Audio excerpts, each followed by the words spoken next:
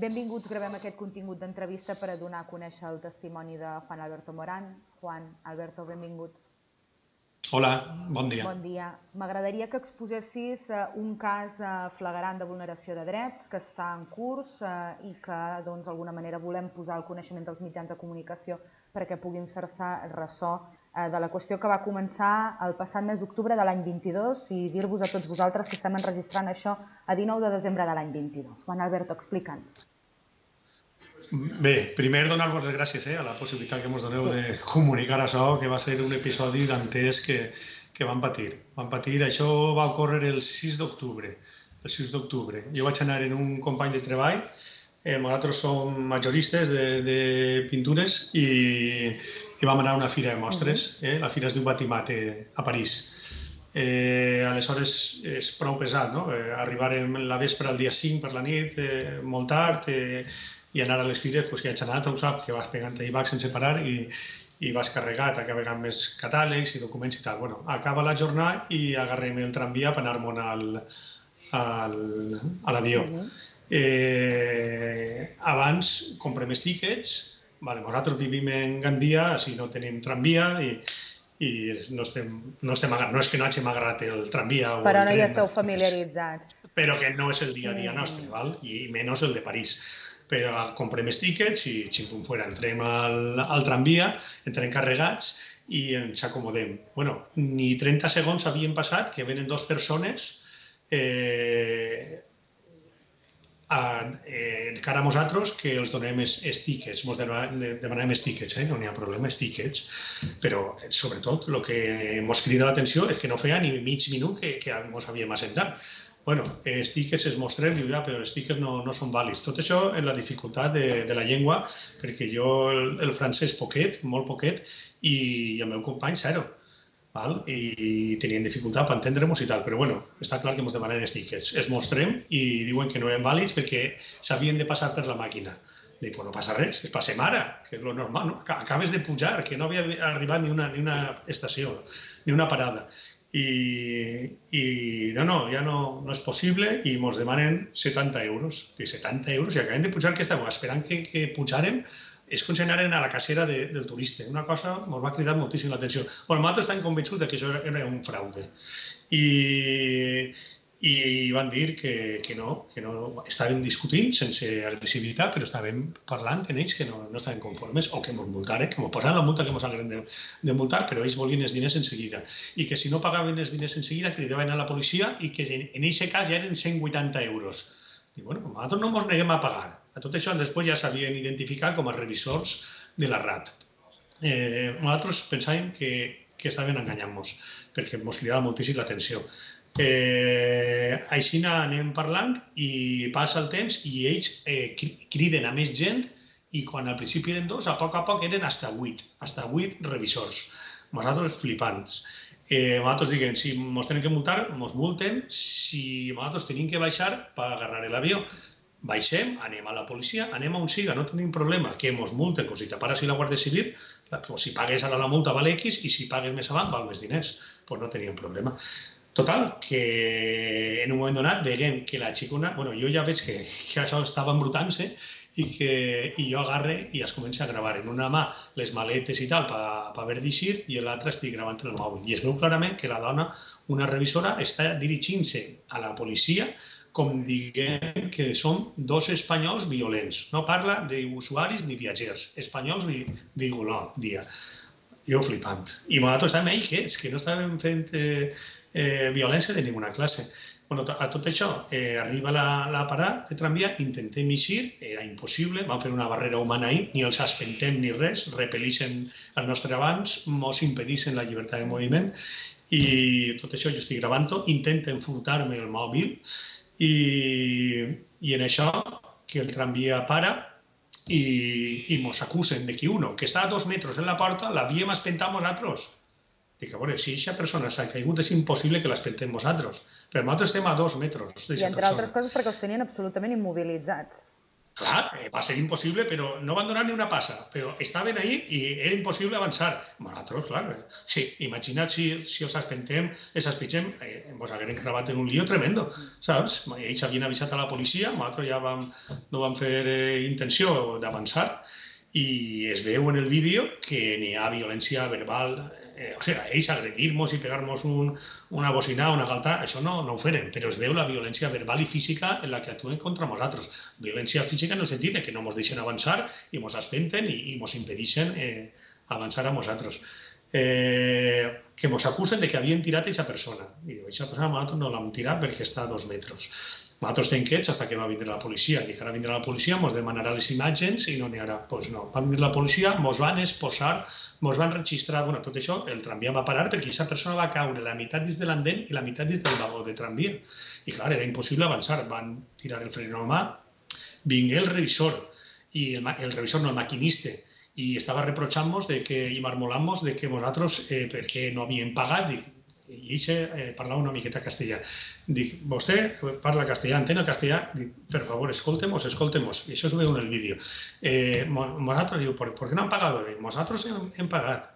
Nosotros hemos pagado. I li mostrem el ticket. I l'home es dirigeix al revisor i diu, però si han pagado. I el revisor, com diguem-los, però si esta gent ha pagat, per què armeu tant de lío? Diu, ja, ha pagat, però no n'he pas validat. O sigui, perquè no havien validat el ticket, saps? Van cridar la policia... Això és molt important, el que estàs dient, i que també posem el focus en aquest punt. Clar, nosaltres no havíem mort a ningú ni espentat a ningú, simplement no havíem validat un ticket que havíem comprat, que havíem passat ni 30 segons des que havíem pujat al tren, al tramvia. I total, va vindre la policia i que ara ens demanaran declaració, que és el que jo estic acostumat a veure en els vídeos estos de la tele. Pues no, pues ens van enmanillar i ens van registrar, però qual terroristes, a tota pastilla per ahí, per París, en la sirena. I diu, bueno, pues ara declararem així en la comissaria. Pues no res. Ens van pràcticament despullar, pues normal que el fan, no? Es veu que ens van acusar de violència contra empleats públics.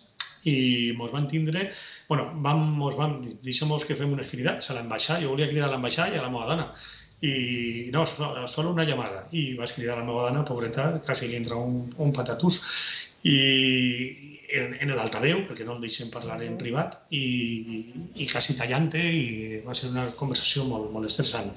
I van dir, hem sigut víctimes d'un frau, així algo passa, no anirem, clar, ens esperàvem aquesta nit de divendres en casa, no anirem a dormir a casa i no sé quan anirem, que era la veritat. Que és duríssim, perquè la vulneració en aquell moment s'està infligint contra tu, però també contra la teva família, tenint en compte que han de passar per una situació que ni tan sols s'hauria hagut de produir.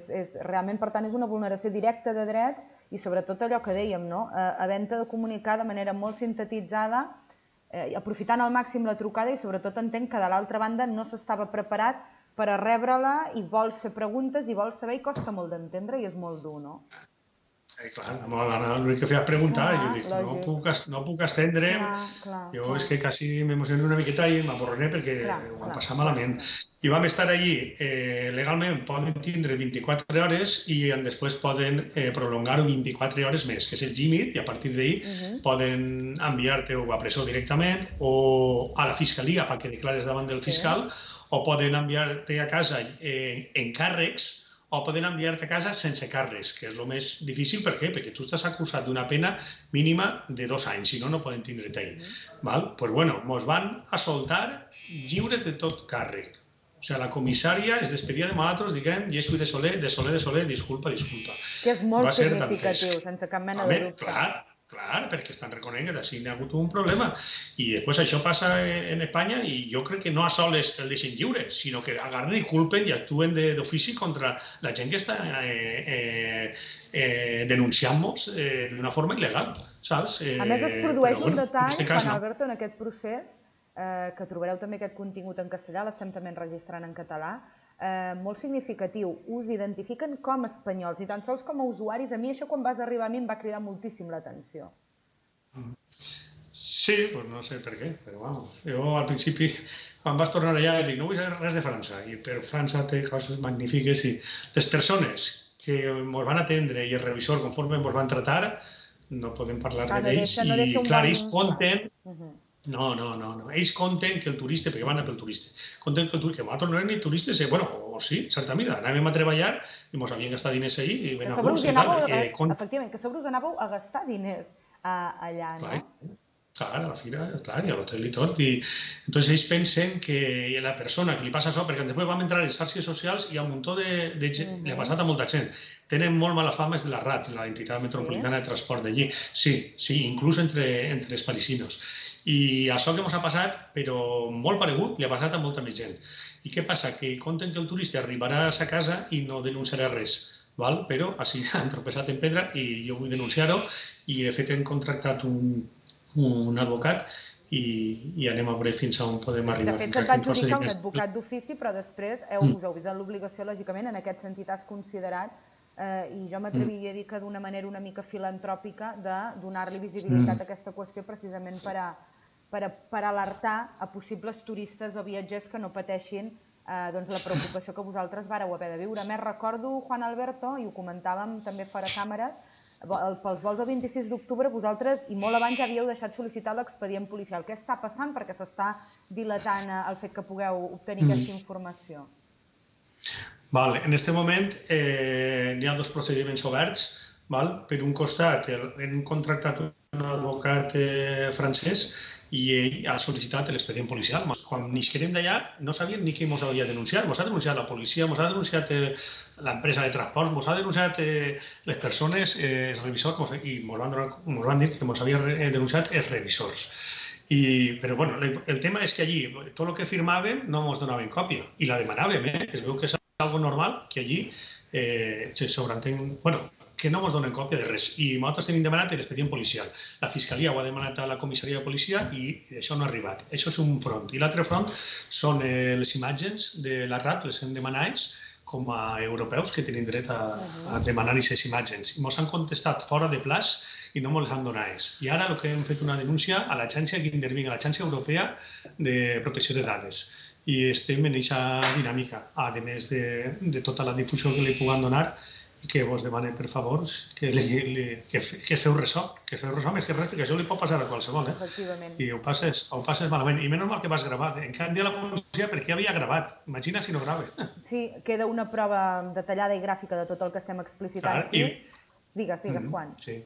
No sé si ho he dit, és que van intentar furtar-me el mòbil de revisors. Ho has comentat abans, afortunadament vas aconseguir deixar registre de la qüestió que podrem, evidentment, avalar i aportar de manera complementària al relat, al testimoni que ens deixes aquí, evidentment complint totes les mesures de protecció d'imatge i de pixelament de les mateixes, les quals també demanaríem que aquells que tinguin a bé fer-se'n ressò puguin fer sota aquest paràmetre. I, a més, trobareu un seguiment pormenoritzat de tot el que vagi succeint amb el cas del Juan Alberto, perquè efectivament això encara tindrà recorregut molt probablement durant primers d'aquest any 23, per tant ho seguirem molt atents i us demanem efectivament tota col·laboració per a obrir una finestreta a programes d'actualitat i de fets molt explícits i molt específics com aquest, perquè mereix la pena que puguem fer difusió d'una qüestió que està generant alguns conflictes, i em consta, perquè per part meva també m'he assessorat i m'he informat, que també a París efectivament no només turistes i estrangers, sinó també els propis parisiens viuen algunes d'aquestes qüestions. Per tant, de moment l'assumpte legal, Juan Alberto entenc que està semibloquejat, esperant que es pugui avançar i prendre una determinació, però sobretot ho fas amb la vocació que altres no passin pel mateix i, per tant, oferir tota la informació a les xarxes socials. Per tant, aprofitem també per avançar-vos que trobareu un compte d'Instagram que anunciarem, al qual podreu també trobar-hi una consecució de tot això, per advertir d'aquesta qüestió. Sí. Jo dir que jo interès econòmic no ne tinc. De fet, això em costarà diners. Però, va ser tal la humillació i que no sabia si això es quedaria així o a saber si el quedaria allà impressionat, que per almenys no he volgut quedar-me aquí. I sobretot el més important és que una mica la reflexió que ens fèiem, no sabem fins a quin punt és per preservar pels suposats drets, que tothom pagui, tant de bo fos així aquí el company Juan Alberto ho havia fet, havia pagat, ja s'havia gastat els diners en aquest tiquet, que no havia tingut temps ni tan sols de validar quan se li van aproximar aquests revisors sense identificar. Recordem també que la persona Juan Alberto que ha caigut, que cau en aquell moment que ens narres, no ho hem dit aquí, però era un revisor també. Nosaltres, eixe cau, eixe home, i nosaltres no sabem qui és, ha caigut uno, i clar, nosaltres flipam, perquè això era una cascada de coses que anaven passant. I una vegada, mentre estem allà esperant retesos, que ja nosaltres havíem renunciat a intentar eixir, i al cap d'uns minuts em dono compte que portava el braçalet que després li llevaren. Però bueno, inicialment portava el braçalet, o sigui que era uno d'ells, el que cau és uno d'ells i és uno d'ells el que mentix i diu que l'han tirat nosaltres, i era tot un complot. La qüestió és si realment ho fan per assegurar-se que tothom paga. Fet que dubto, em guardaré l'opinió personal, però des de tot punt de vista tot apunta que també hi havia, per què no, una voluntat, sense cap mena de dubte, de fer mal, més no de no tractar bé algú que en tot moment va mostrar disponibilitat per resoldre una qüestió tan simple com verificar aquell tiquet, no? Clar, nosaltres en cada moment ens negàvem a pagar. Simplement diem, hem de baixar per anar a l'aeroport i, clar, com no ens fiàvem, sobretot al principi, després està clar que eren revisors, perquè eren 6 o 8, dic, però anem a la policia i parlem amb la policia. I això, i així que aquesta gent ha volgut fer-nos mal. I per què? Perquè ells ens han enterat després de que tenen uns incentius de si cobren al moment. Perquè ningú a nosaltres ens va dir que hi havia altres formes de pago. De fet, en internet vam veure uno que li van enviar la multa a Uruguai. Doncs bé, com la viene així a casa, jo pagué tots els deutes, no tinc problema. Però ells volien enseguida, saps? I nosaltres no ens van negar a pagar, saps? Entonces, què passa? Quan no van aconseguir el seu objectiu, dius, sí, saps què? Doncs ara anem a fotre. Dic jo, i després voldríem demanar danys i perjuís. I que tot i així ja podria ser una vulneració de drets, perquè tu has d'emplaçar l'usuari a abonar, diguéssim, a verificar el seu tiquet si ja l'ha abonat i el té en mà, no una altra cosa. Per tant, allà hi ha un sistema de captació en fi, jo deixo que siguin els espectadors, els que pugueu arribar a nosaltres, els mateixos mitjans, qui puguin jutjar-ho. Hi ha un altre element que em sembla molt important a subratllar per acabar, i és que vosaltres no teníeu antecedents a cap mena, per tant, no només, en fi, et deixa desquadrat aquella situació i et sents profundament vulnerat, sinó que més, en fi, cal dir-ho, que més éreu ciutadans que no teníeu cap mena d'antecedent penal. I ara tenim antecedents policials. Això a qui li fa gràcia? A ningú. Com es pot resoldre una situació d'aquesta? Hi ha manera també d'intentar que això es vegi subsanat d'alguna manera, Juan Alberto? Entenc que és un altre mal afegit. Clar, jo això no ho entenc i no sé, em molesta moltíssim. Clar, qui vol tindre antecedents policials, saps? Ell és una taca que eix ahir quan nosaltres no hem fet res. En fi, que no li passi a ningú i per això volem donar la màxima difusió. I ja veurem com acaba i si podeu donar difusió, doncs ho agraïm molt. Així ho farem. Ens encarregarem de donar-li traçabilitat a aquest cas i donarem també tota la informació de les properes passes que vagin emprenent en Juan Alberto Morant i també en aquest cas el seu treballador a qui identifiquem en aquest contingut com a punt. Gràcies, Juan Alberto, gràcies per al teu testimoni, gràcies per la teva generositat per a contribuir a que pugui fer-se ressò d'una circumstància com aquesta que no torni a passar. Gràcies. Gràcies.